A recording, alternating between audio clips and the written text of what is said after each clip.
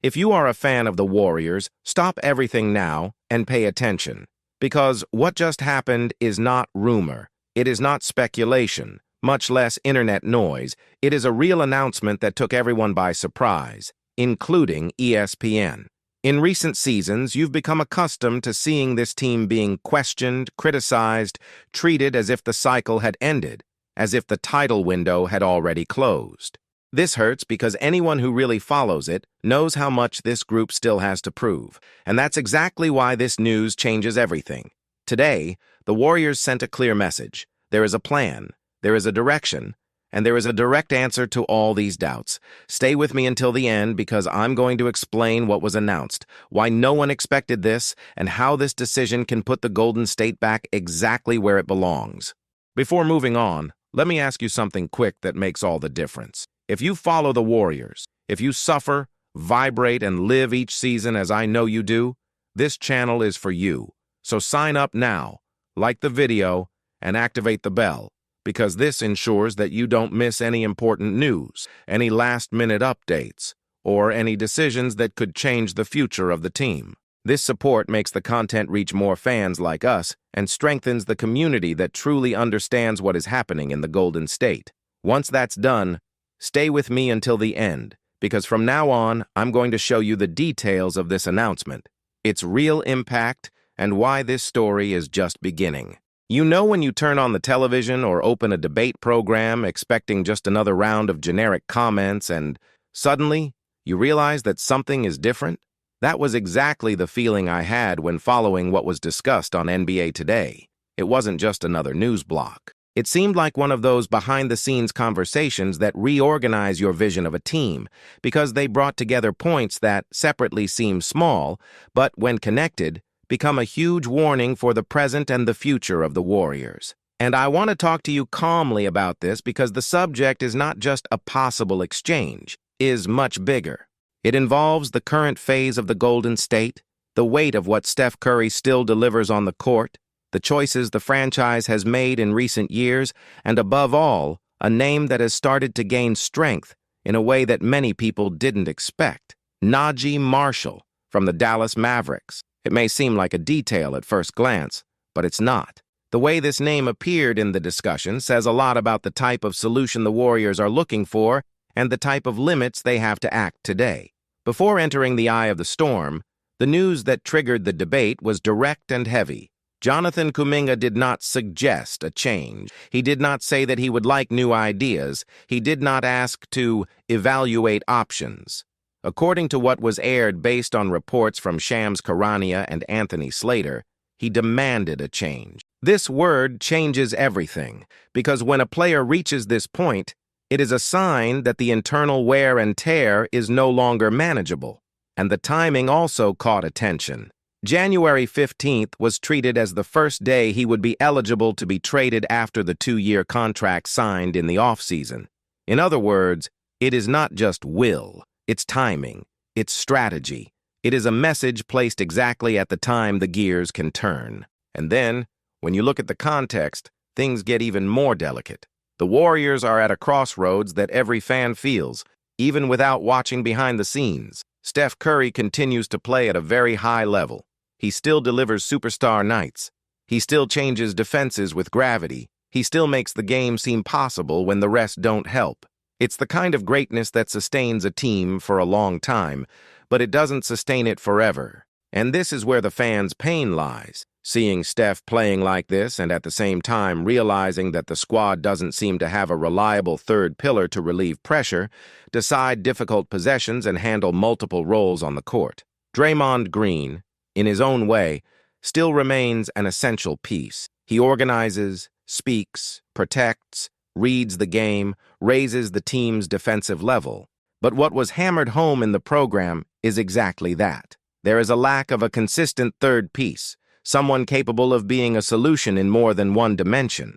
Not a pretty name for a headline, someone who fits in, who plays smart, who helps now. And it was at this point that Naji Marshall entered as a symbol of what the Warriors can really achieve within the team's restrictions. Because there is a reality that weighs heavily on the Golden State: money. And it's not just paying a luxury tax fine. Today there is a system of limitations, punishments, and restrictions that make the squad assembly more rigid, especially for franchises that already have a lot of salary commitment. And so, when it comes to strengthening the team, it's not enough to want it. It has to fit. It needs to make sense within the spreadsheet and within the market. And Marshall, from what has been discussed, represents this type of solution, a useful player with a strong defensive profile who does not require the team to dismantle its own financial structure to have him. But none of this came out of nowhere. The program went back in time to show how the Kuminga situation was formed. And this is where the subject gets uncomfortable, because it touches on internal choices that, when they work out, become a vision. But when they go wrong, they exact a high price. The 2021 draft was remembered, and the idea that there was an internal conflict over the choice. Steve Kerr would have preferred Franz Wagner, who became a high-level player at Orlando Magic, while the franchise ended up going with Kuminga. You can't reduce a draft to a sentence, but the point was different. The fit between Kuminga and the Warrior system never flowed naturally, and when a young player joins a franchise with such a strong identity like the Golden State, there is a silent requirement. You don't join to be the main project. You enter to adapt to what already exists, learn to play without the ball, read the system, respect time. Some succeed. Others feel it diminishes their own potential. The reading made in the debate was that Kuminga, at various times, played as if he needed to prove that he is the guy, precisely within a team that has Steph Curry. And this creates immediate friction, because the Warriors' attack has always been a machine of movement, cuts, quick decisions, and execution without vanity. What stuck most, and which was cited as a breaking point, was the sequence of bad offensive choices, contested shots from mid-range, early on the clock, decisions that break the collective rhythm. And the debate went beyond the easy label of ego. They put it as a problem of reading the game, of maturity, of understanding the system. Because Kuminga has physical talent, and no one disputes that. The question is, does the team have time to wait for the full maturation of a player who is still learning to be efficient within a scheme? When your main star is in a phase where each season is worth its weight in gold, patience becomes an expensive resource. And then came the detail that, for many people, completely changes the interpretation. Kuminga started the season as a starter for 12 games. And in the first 6, according to what was commented, he even delivered positive signs. Better choices, more discipline, more integration. But then came a stretch in which he accumulated dozens of mid-range shots in a few games, many of them difficult, contested, hurried. And the bench's reaction was extreme. He was out for 13 consecutive games due to a technical decision. It wasn't an injury, it was a message. And when you see a young player, a high draft pick, with a relevant salary, stay out for so long in a season in which the team seeks to remain competitive, it's because the relationship is no longer just tense. She is broken. It is in this scenario that the market enters as a kind of inevitable exit. But the Warriors are not going to the market like those who choose the best product on the shelf. They are going to market trying to solve a problem without creating a bigger one.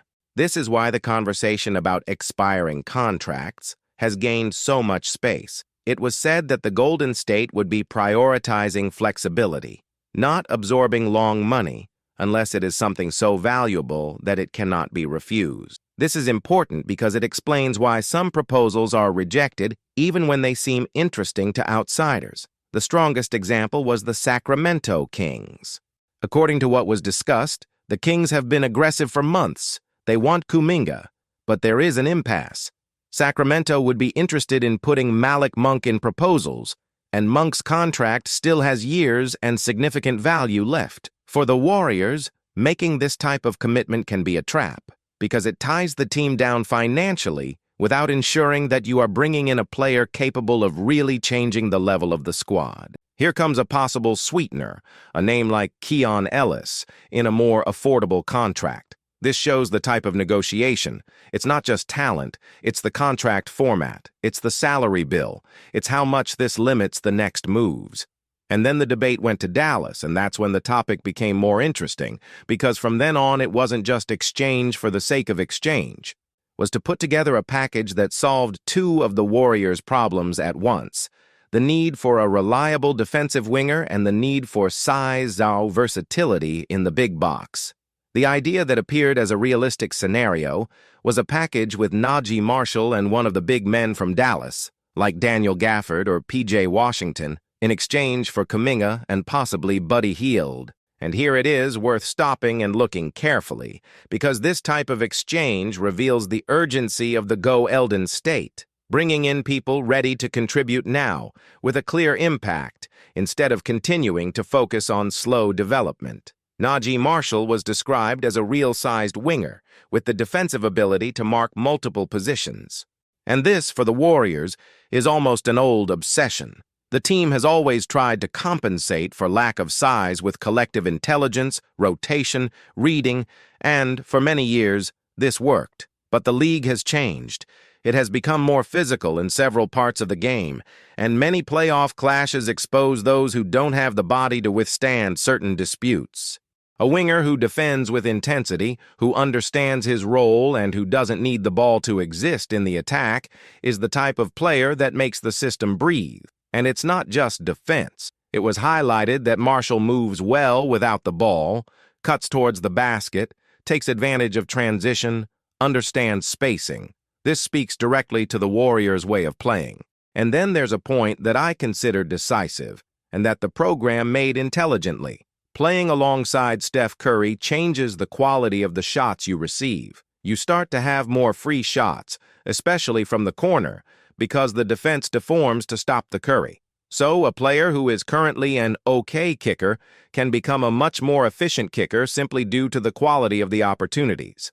It's not magic, it's context. And when we talk about Marshall's contract, things make even more sense. A salary of around $9 million per year with a manageable duration is exactly the type of piece that the Warriors can fit in without destroying the rest of the planning. This type of contract, in today's basketball, is worth a lot, because it's not just cheap, it is cheap for the impact it can deliver. And then comes the second part of the package, Gafford or P.J. Washington.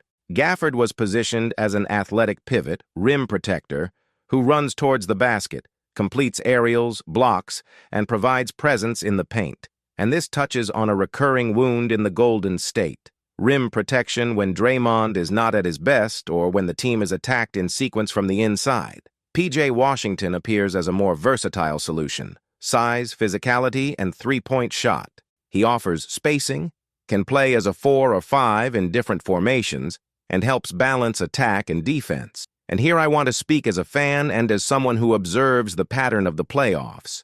In several moments, what brought down the Warriors was not just the lack of a pivot, it was a lack of body, a lack of reliable shooting around Steph when the defense tightens, a lack of people capable of punishing double marking without the attack dying. So it makes sense that the conversation has leaned towards P.J. Washington as a fit, because he gives you a rare combination: size that doesn't hold back the offense and shooting that keeps the defense honest. However, at the same time, the program exposed an uncomfortable side: the feeling that the Warriors in recent years oscillated between hesitating and missing opportunities. Names were mentioned that, at some point, appeared in rumors or market discussions and did not become reality: Lauri Markkanen, Alex Caruso, Pascal Siakam. And the implicit criticism was simple. Steph Curry continued to deliver title-caliber performances, but the team didn't always respond aggressively enough to provide him with what he needed. A section that weighs heavily is when it is mentioned that Steve Kerr himself, at some point, would have publicly admitted that the team does not compete with certain top opponents. When a franchise coach with Steph Curry says something like that, it's not just venting. It's a sign that the cast as it stands doesn't inspire internal conviction.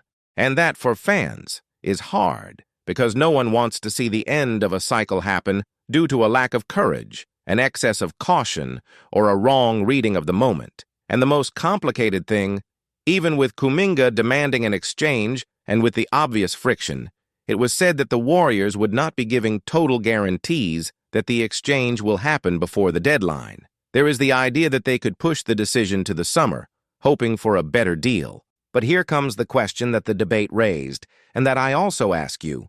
What kind of best deal appears when the whole world knows that the player wants to leave, that the coach won't put him on the court, and that the team needs to act? The more time passes, the more the leverage decreases. And each week you take up a little more of Steph's time. The trade deadline is a line that brings all these decisions closer to now. And when the conversation spoke of February 6th, it left the feeling of a clock ticking. Because you can't pretend that the value of Kuminga will increase in a scenario where it is out of rotation, with public wear and tear, and with the market reading the situation as irreversible. League executives, it was mentioned, would see the possibility of not switching as a bluff, not out of malice, but out of logic market situation. The team needs to resolve it, and the other end knows it. That's why Dallas appears to be such an intriguing option. It's not the flashiest proposal in terms of name. It doesn't have that instant impact of a star entering the court. But there is something that, in many cases, is worth more: plausibility, availability, fitting. If Dallas believes it can develop Kuminga within another dynamic, it becomes an interesting bet for them. And for the Warriors, Marshall plus a big man would represent immediate help in critical areas without tying up the future with problematic contracts. In the end, everything comes back to one central point. What will the Warriors choose to be in the final years of Steph Curry's heyday? A team that accepts mediocrity as its destiny and tries to manage damage? Or a team that, despite limitations, finds intelligent solutions to compete? Because competing is not necessarily guaranteeing a title. Competing is giving a real chance. It's about entering a playoff series without looking physically smaller, without seeming to have no tactical response, without depending on Steph's perfect nights to survive. And I think that's why this subject caught on so strongly when it was debated. Because the name Najee Marshall became more than a rumor. It became a sign of direction. When a team talks about Marshall, it talks about defense, about reading, about a system piece, about a contract that fits. Talks about a type of movement that doesn't fill the eyes but can change the consistency. And depending on the big man who comes along, he could correct two old weaknesses in the squad at the same time. Now, let me tell you what really keeps ringing in your head after hearing all this. The worst decision often is not making a mistake in a trade, is to do nothing. It's waiting for a perfect scenario that never arrives. It's believing that, in the summer, we'll solve it, when the present is already taking its toll, because basketball doesn't wait, the body doesn't wait, the window doesn't wait, and Steph, as out of the ordinary as he is not infinite either. If this movement happens, and if it is well put together, it will not automatically transform the Golden State into title favorites, but it could transform the team's internal feeling. You can give Steph someone who defends, cuts, helps sustain the rotation. It might give Draymond more support, can reduce the emotional burden of a squad that seems to be under constant pressure, as if each game were proof that they still can do it. And most importantly, it can give fans back something that everyone wants to feel. That the franchise is reacting, that there is a real plan, and that the end of the cycle will not be due to a lack of action. That's what makes this story so great. It's not just Kuminga. It's not just Marshall. That's what this means for a team that has one of the greatest players in history and needs to decide now what it's going to do with this last part of the journey. And now I want you to stop for a second and think about what this all really means, because it's not just another soap opera. It's a watershed moment. It's the moment when the Warriors need to decide whether they're going to protect what's still most valuable in this era, or whether they're going to watch, arms crossed, as Steph Curry's window closes while the team skates through doubts, noise, and delayed decisions. When a player like Kuminga reaches the point of demanding to leave, when the locker room shows signs of rupture, when the entire market sees the lack of leverage, there is no room for "let's see." There is action. There is courage. There is a difference between a front office that understands urgency and one that only reacts when it is too late. If this exchange happens the right way, it is not just an exchange. It is an answer. It's the kind of move that says to Steph, the team, and the entire league, there's still ambition here. Because you can't waste another MVP-level season with a cast that doesn't keep up. You can't accept mediocrity as if it were normal. And the truth is that the next few weeks could decide whether the Warriors' recent history ends in silence or whether there is still a strong last chapter, one that changes the narrative and makes the team once again feared. So do the following now, because I don't want you lost in so much information. Go straight to the pinned comment and click on the Golden State Warriors News Today playlist. This playlist will be updated with everything in order, so you can understand every step of this story, every detail of the negotiations, every impact on the cast, and everything that can change from one day to the next. Watch the next video on the playlist now, because this situation isn't going to get any better, and what comes next could be even bigger than what we said here.